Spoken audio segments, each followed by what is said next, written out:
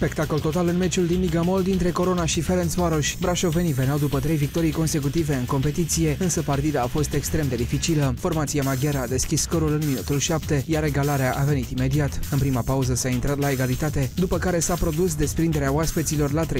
Brașovenii au reacționat imediat. Martin Saluga și Jolt Molnar au marcat în interval de 1 minut și jumătate, dar Ferencvaros a reușit să revină la conducere spre finalul reprizei secunde. Ultima treime a însemnat însă un adevărat recital al Coronei. Saluga a înscris pentru 4-4 în superioritate numerică, iar Richard Filip a profitat la rândul său de un powerplay. I-a adus pentru prima dată în avantaj pe brașoveni cu 10 minute înaintea finalului. Același Martin Saluga a mai trimis o dată pucul în poartă când oaspeții scoseseră portarul și Corona a ajuns la 17 victorii în actuala ediție a Ligii MOL.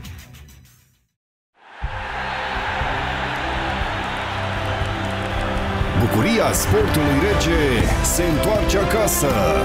În următorii 4 ani urmărește campioana mondială și cea europeană în calificările pentru Euro 2016 și la mondialul din 2018. Fotbal și pasiune. Din septembrie, în direct, numai pe Digi Sport.